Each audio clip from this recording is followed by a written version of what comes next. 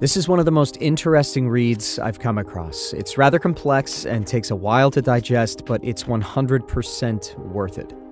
It's an official declassified CIA document, and a terrific analysis of consciousness and beyond, known as the Gateway Process. While it's an older document and has been declassified for a while now, the fact that modern developments in science, quantum physics, psychedelics, and neurobiology confirm what's written within those pages is nothing short of outstanding.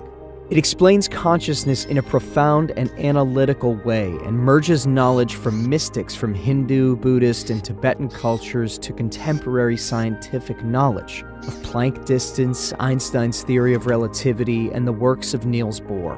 The cosmic spiral and torus is everything, and everything is one. It seems as though individual consciousness is pulled from the collective consciousness using the frequency vibrations of the being. This applies to humans, whales, fungus, and amoeba. Mystics of past and present, including all ancient religions, understood these concepts thousands of years ago. Still, it takes much to open the minds of the most pragmatic, self-conscious, and uptight people. 11. Consciousness and energy. Before our explanation can proceed any further, it is essential to define the mechanism by which the human mind exercises the function known as consciousness, and to describe the way in which that consciousness operates to deduce meaning from the stimuli which it receives.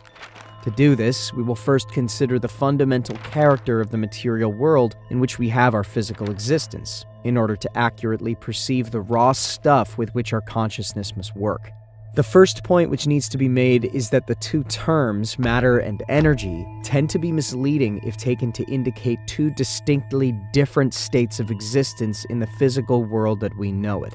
Indeed, if the term matter is taken to mean solid substance as opposed to energy, which is understood to mean a force of some sort, then the use of the former is entirely misleading. Science now knows that both the electrons which spin in the energy field located around the nucleus of the atom and the nucleus itself are made up of nothing more than oscillating energy grids. Solid matter, in the strict construction of the term, simply does not exist.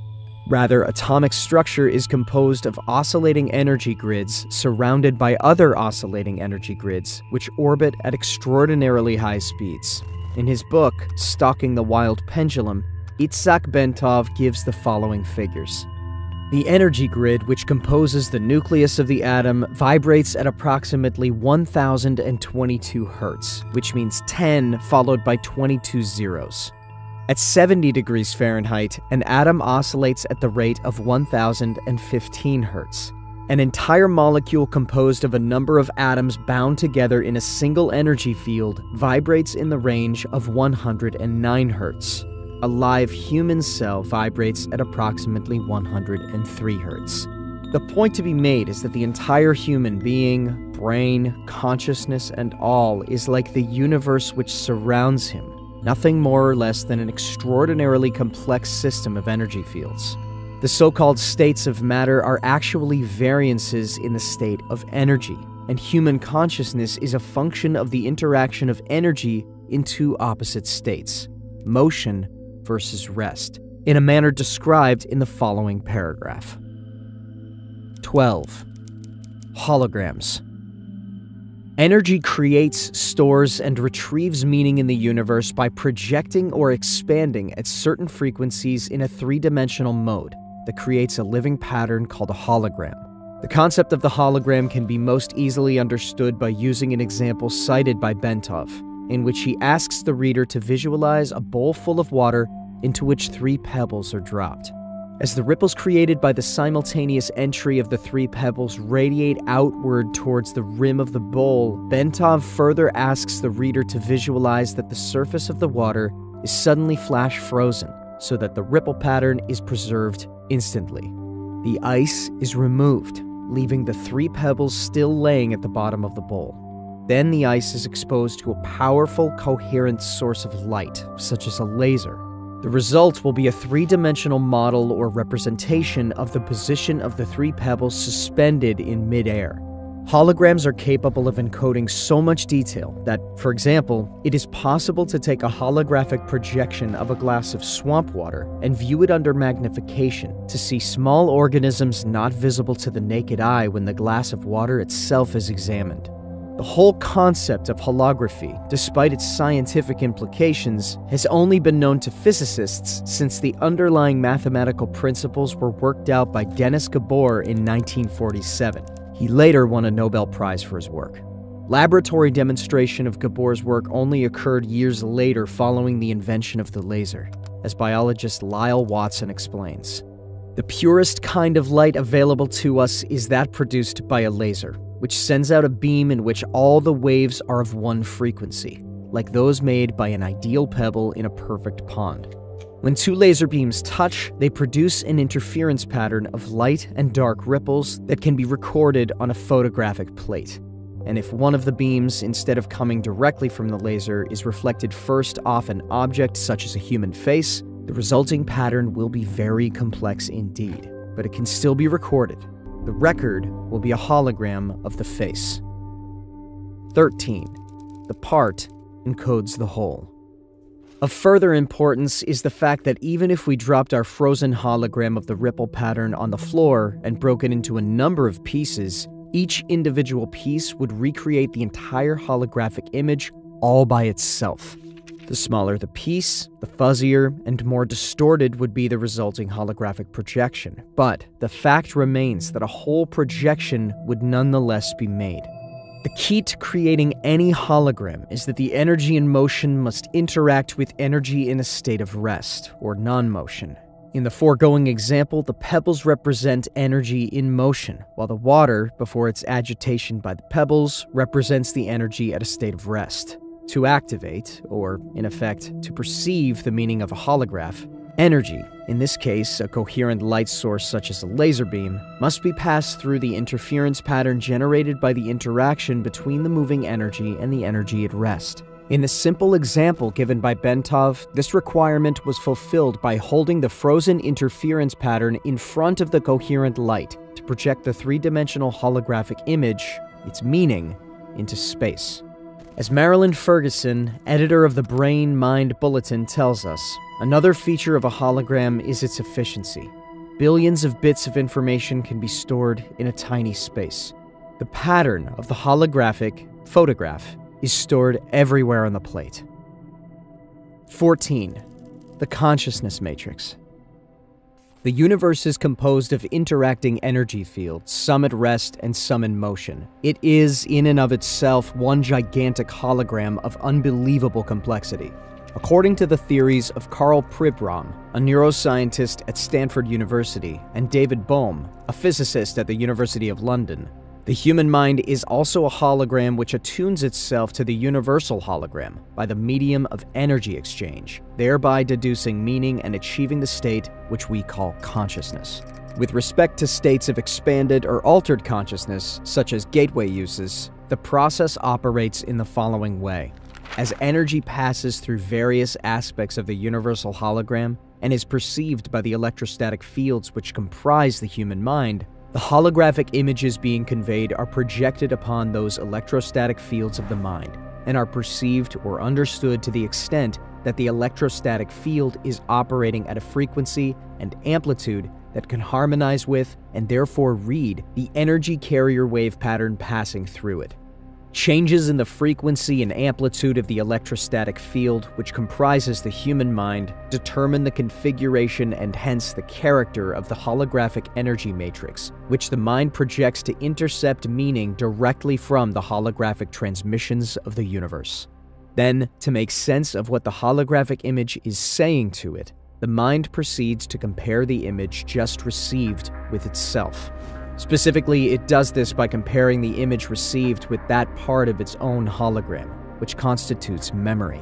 By registering differences in geometric form and in energy frequency, the consciousness perceives.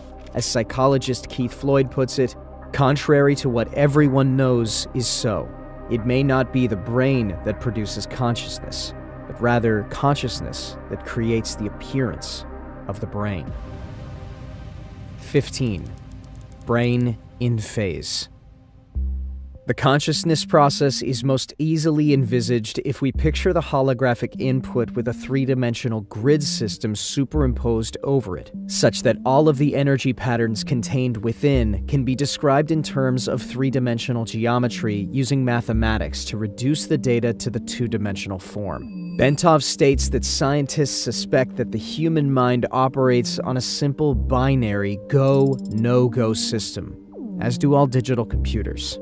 Therefore, once it superimposes a three-dimensional matrix over holographic information it wishes to interpret, and reduces that information mathematically to two-dimensional form, it can completely process it using its fundamental binary system, just as any computer made by the hand of man can process volumes of data, and make various comparisons between the data and information stored in its digital memory.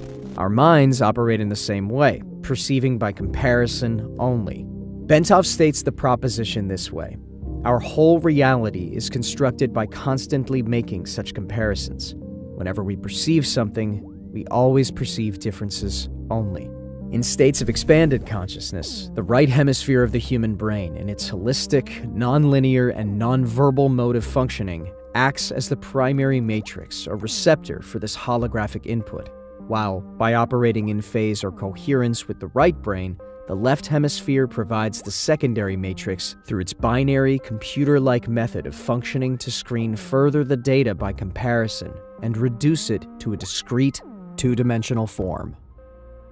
16. Evaluation. To the extent that Gateway succeeds in bringing about a refinement in the energy matrix of the mind, it succeeds in expanding or altering human consciousness so that it can perceive without recourse to the intercession of the physical senses, such that ever more of the universal hologram, not, of course, accessible by sense perception, can ultimately be perceived and understood. Marilyn Ferguson has written that the theories of Pribram and Bohm appear to account for all transcendental experience, paranormal events, and even normal perceptual oddities. She goes on to say of Pribram, currently he is proposing a startling, all-encompassing model that is generating considerable excitement among those intrigued by the mysteries of human consciousness. His holographic model marries brain research to theoretical physics.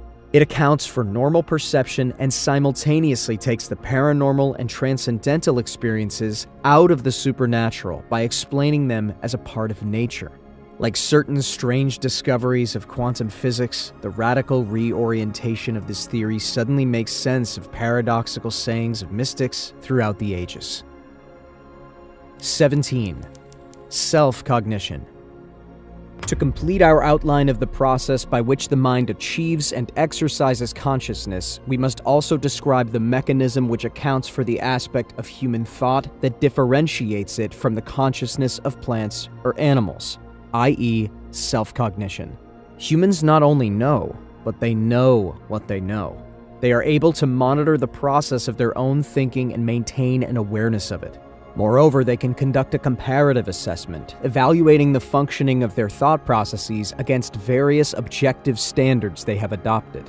Human consciousness can do this because it has the capacity to duplicate aspects of its own hologram, project them out, perceive that projection, put it through comparison with the memory aspect, where its evaluation standards of measure are stored, of its own hologram, and measure or sense the difference using three-dimensional geometry and then binary go-no-go poles to yield verbal cognition about the self.